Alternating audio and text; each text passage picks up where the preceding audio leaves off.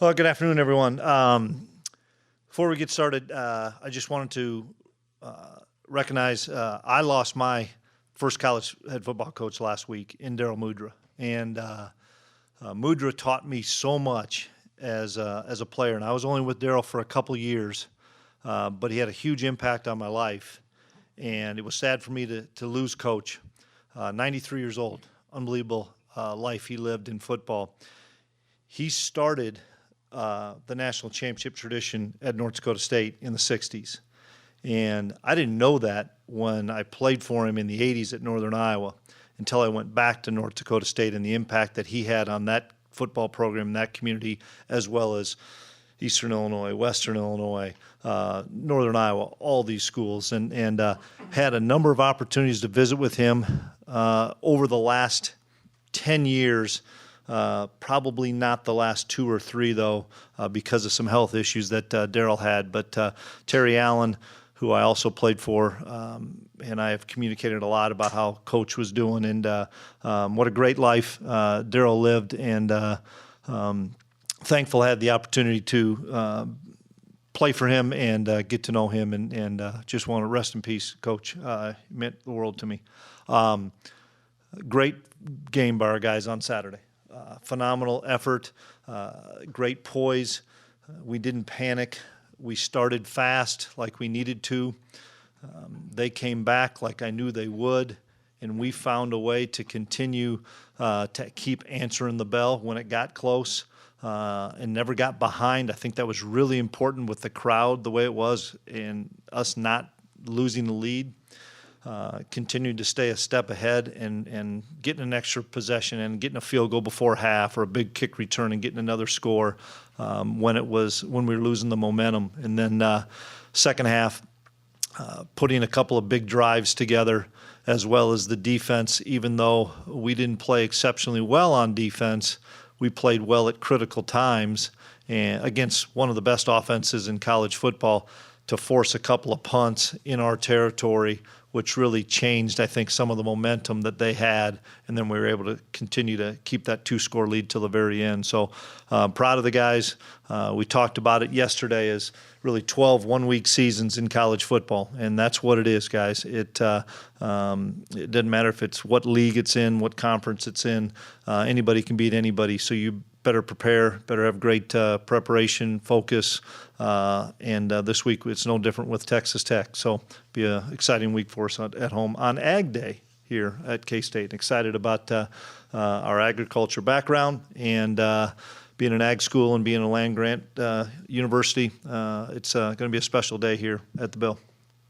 Coach, we've all focused on Adrian. He was spectacular. Deuce was really good. But how much better was the blocking in this game as opposed to Tulane? Sustained blocks, and that's we ID'd guys better with a lot of stunts and movements that teams have done to us. And you can ID guys, and you either sustain them or you fall off of blocks. And I thought we did a really good job of sustaining blocks and not falling off of them, and really did a good job at the point of attack. The other thing I know helped us in the run game is the amount of tempo that Colin ran and tried to go fast. We believed that they were going to wait to see what we lined up in, and I think we caught them a few times. That gave us not a free 10 yards, 12 yards, but gave us some second and shorts or got us a first down simply by going fast.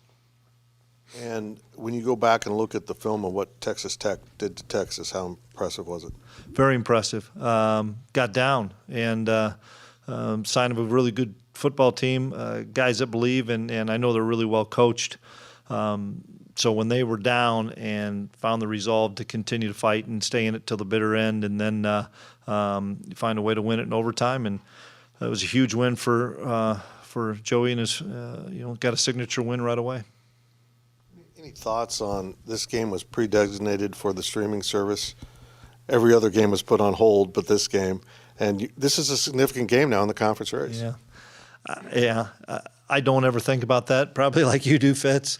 But that's why I say it's 1 week seasons. It's hard to predict what's going to happen in any conference and in any league. And so we'll play them when they play them and where they ask us to play them on and whatever network it is. And our guys are just excited about being 1-0 in league play. And that's the thing that's the most important for us is trying to continue to play well in league play.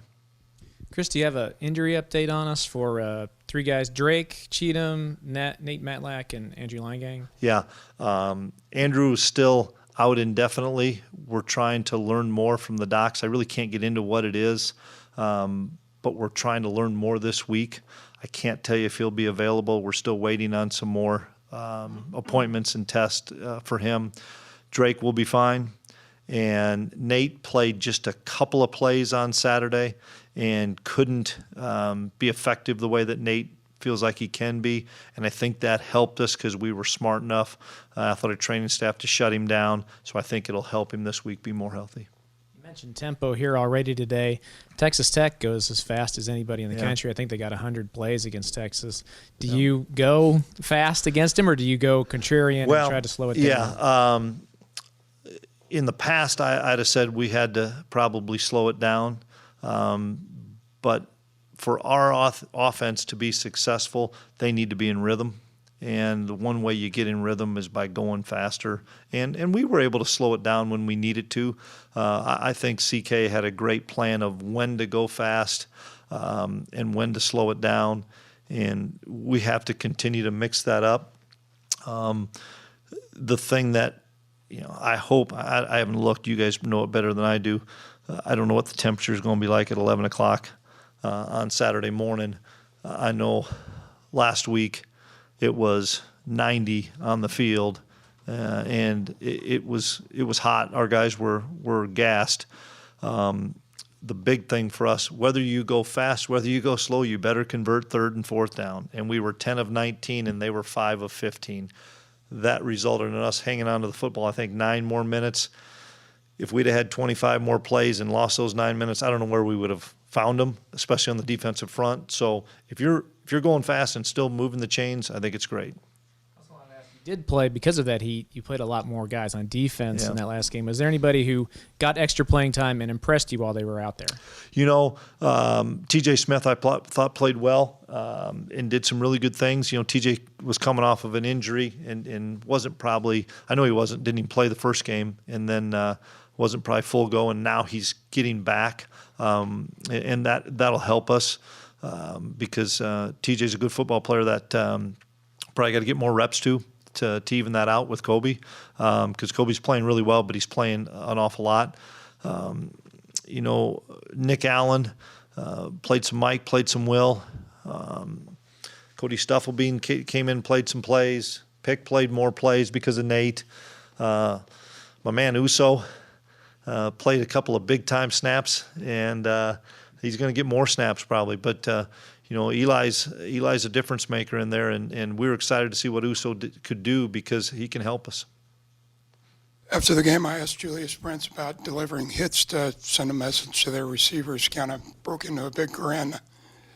How rugged were they, and how effective were the corners throughout the game? Yeah, we played well in the secondary, even though we gave up a couple of explosives that we don't want to give up. But you're going to against an offense that's that talented. But I liked the way that our corners were aggressive, and Julius especially in man coverage. He made a couple of plays one-on-one on some outside balls that were big, and then he tackled really physically. And that's Julius. He's getting better and better, and I know he's played a lot of football for us, but just understanding what we're doing defensively, I think he's really starting to come into his own and understand our scheme and where he fits, and he played well. And alluded to a bit earlier, but how much does that prepare you for Miles Price and Texas Tech upcoming? Hopefully it prepares us pretty well as far as the amount of throws, passing game, open sets, ball coming out of the quarterback's hands. These guys are exceptional. It's not just Miles Price. There's a lot of guys that can beat you. They've got running backs that can beat you, a lot of wide receivers. guy that's really helping us right now is Adrian Lara on scout team. That kid spins it around really, really well with a lot of different wideouts that we use, and Adrian's really challenging us, and it's going to make us better when we do some spread sets, because Adrian can look guys off and put ball in tight windows, and so it's a big challenge every week in the passing game. And we're fortunate. We've got really good scout wide receivers and Adrian playing quarterback on the scouts. Between, having line gang out, you know what happened to Taylor Portier, BB's cramps, Leviston's cramps. What can you say about your offensive line kind of cutting through that? Yeah. Haven't given up a sack against an FBS team yet this year. Yeah, they played really well. And you're right, they were beat up and they were fatigued, but they weren't going to be denied. You weren't going to get Hadley or Gilly out of the game. I think KT's playing so well right now. It's fun watching him play with confidence, and all of us have known KT's ability over the last few years, but to see KT playing with such confidence and having fun playing, he's playing at an all-conference level. Duff is pretty silent, but playing really, really well. He's just doing what Duff does, just does his job to a high level. And then, Beebs went out, so Dawson Del Forge came in and did a nice job. Not having Liney in, we lost a backup, especially at the tackle spot, because that's where Liney was playing. So Beebs would have been our kick-out guy to tackle, and didn't happen. And we ended up giving, I think, Coop an IV bag or so in the third quarter, and then he was able to come back and finish it. But this global warming stuff is killing us. It's so dang hot all the time. We can't get this thing cooled down. How much blitzing you guys are kind of receiving from opposing defenses? Has Deuce Vaughn's pass protection really shined this year? Yeah, he's been really good. He's worked at it as far as the mental side of knowing who he has, and he's standing up and stoning some guys. He's a really strong kid, and sometimes you don't realize how strong he is when you're coming at him full speed. And he plays with good pad level and with a good base, and he delivers a blow. He doesn't catch it. And I think that's the big thing from a pass protection is, as a running back, you don't want to catch it. You want to deliver the blow, and he's stepped up and made some really nice blocks. That's allowed us to stay sack-free, so to speak, as well as it just gives Adrian more time when a play breaks down to either go make a play with his arm or his legs. Coach, obviously you talked about giving up some big plays to Oklahoma, but specifically for a kid like Omar Daniels, how much is, in a better sense of the word, giving up that big play going to help his development? Yeah, Omar's a confident kid, and Omar's a really good football player. He got beat by one of the best wide receivers in the Big 12 and probably in the country in Mims. And, some of it's a technique thing. But you're right. I appreciate Omar, because if you're going to play DB, you're going to get beat. Bottom line, you're going to get beat at times, and nobody wants to. You could be a freshman, or you could be a fifth-year senior. It's going to happen. It's just how you respond when it does happen. And Omar will respond. He's a confident guy. We've got a lot of belief in Omar, and it probably will help him. Nobody wants to get beat, but you learn to survive and learn from it. Duke's development has gone. Did he take a major step forward in that game against Oklahoma just with how fast they played? He continues to take steps forward just with the amount of time he missed, and then getting him back when we started school and the season started. In our mind, we've played 4 games, so that's about 4 weeks. That's his training camp. He missed the 3+ weeks of training camp. That's his training camp. So he's fresh. He's in shape. He's moving around really well. He's confident. It's fun to see the look on. Khalid's having fun playing, and it's great to see with some of the challenges that he's been able to overcome that his best football is still in front of him this year. Ben Sinnott was your leading receiver against Oklahoma. Was that something you saw in prep, or are you just wanting to get him worked in more in the passing game? I think it was something that we saw in prep to try to get some seam routes and vertical routes, and he happened to be the guy that either was open or Adrian did a nice job of looking off the safety and finding him sitting down in the zone. And, it's not an easy catch because you don't know where the guy's coming from. You don't know if you're going to get hit, undercut, whatever. You don't know where the defender sometime is. And those are big-time plays. I mean, those were explosive plays. We talk about explosive plays.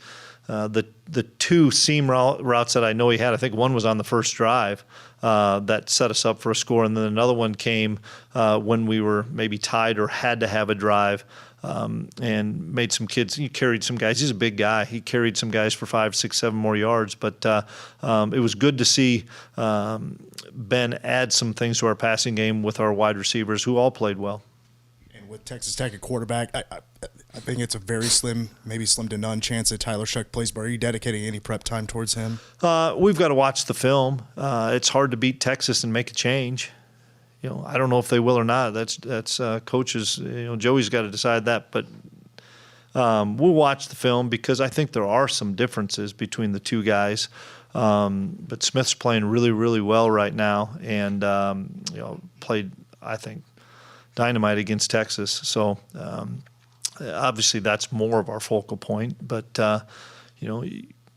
you never know who's going to come in offensively, defensively for either team and make a play or two that could turn the game.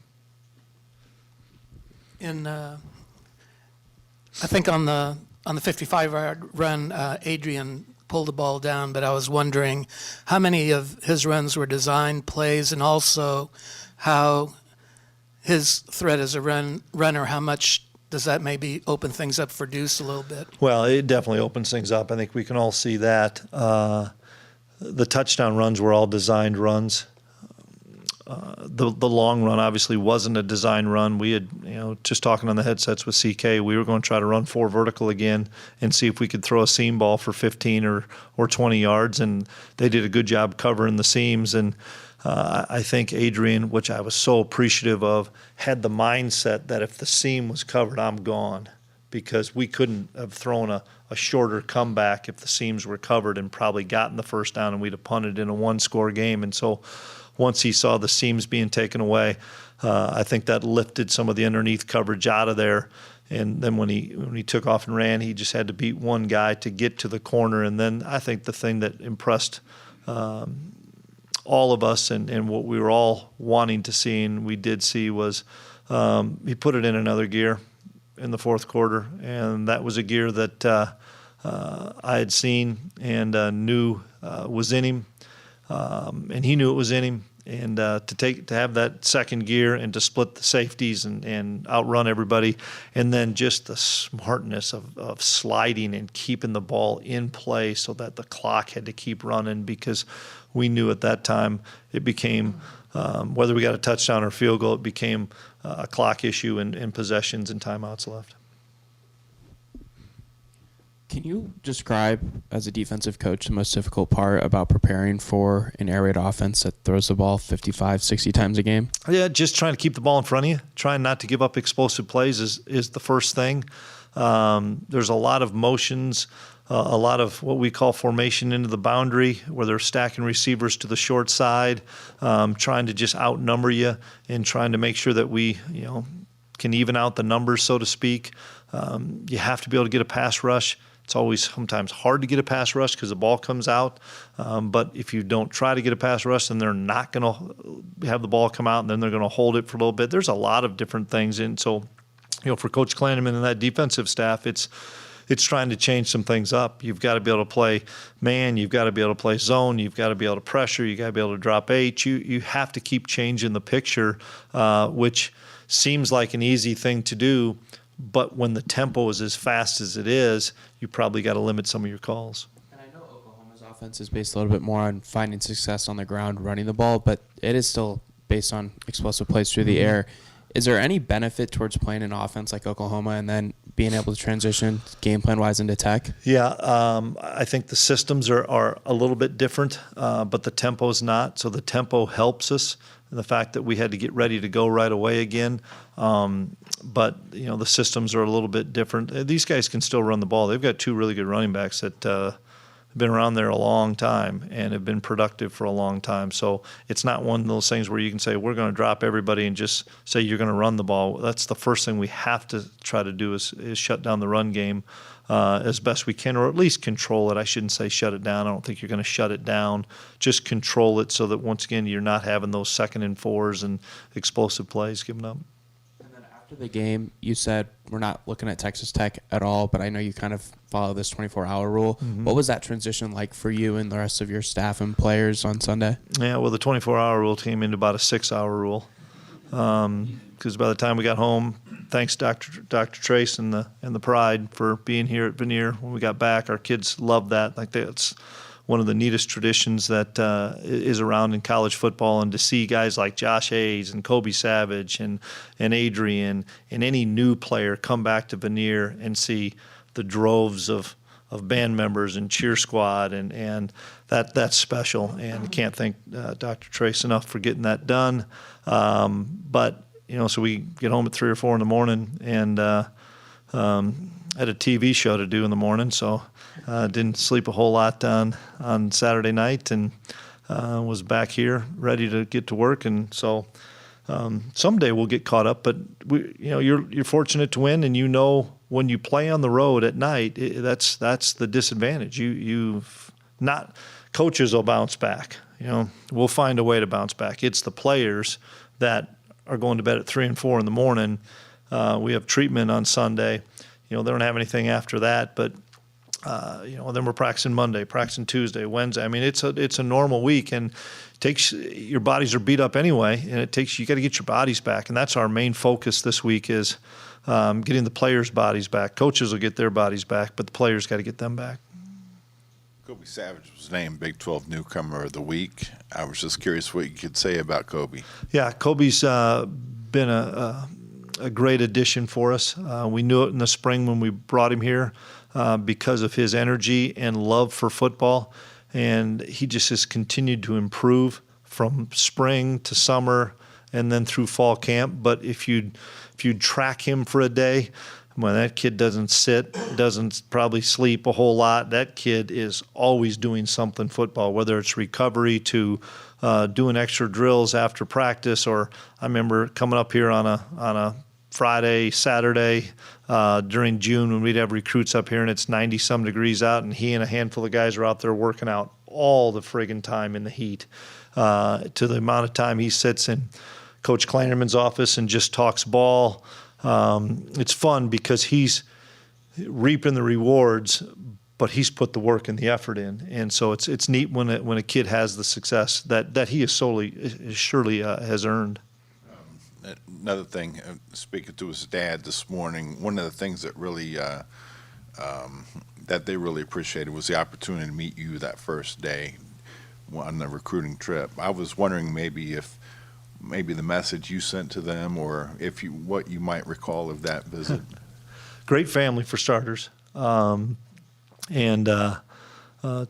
very close-knit family, very invested in their children, and we kind of do what we always do. We show them who we are, show them the kind of people we are, the impact of all the people, not Coach Klieman, but all the people that are going to impact him, from nutrition to strength and conditioning to athletic training to academics to assistant coaches to everybody that's going to have an impact on that kid's life. And that's the 50-year plan. That's not the 3-year plan. That's the 50-year plan. And that's what we try to sell to all our people. We're going to give you an unbelievable degree, an unbelievable opportunity to be successful with a bunch of really great guys in the locker room that care about each other, that love each other. But I want to make sure in the next 50 years you're going to be an unbelievable community member, father, husband, leader, whatever it may be. And that's something that I think everybody in this football department shows a kid when they come on a visit. And that's the difference. Chris, I know you addressed the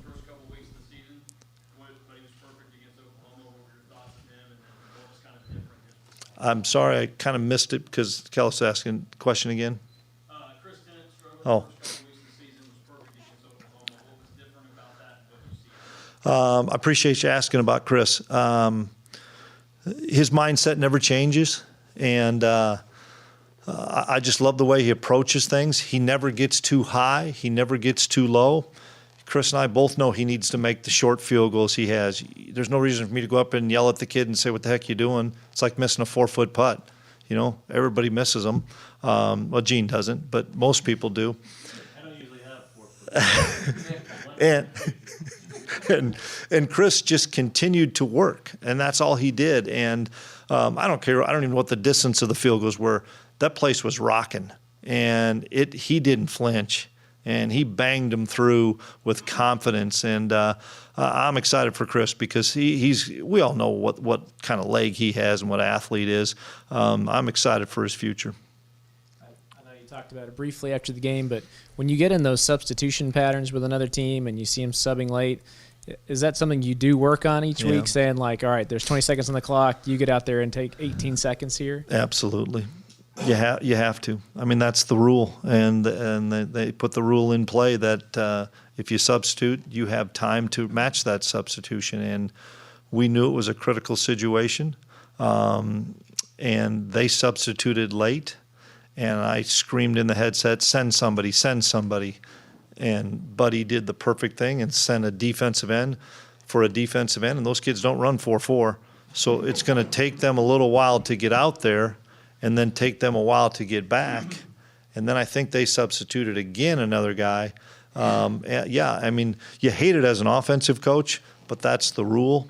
And so it was a benefit for us, and we're fortunate because it worked out. I think they had a delay on that time, and so I don't know if I think that was one that knocked them into a punt that they were going to go for it. So yeah, we work on that, and really sharp by Coach Wyatt to get a DN for a DN. It'd be easy to just ship the corner out that was closest to us, but I don't know if it was Mott for stuff or something like that. But we went DN for DN and took our time. Last question.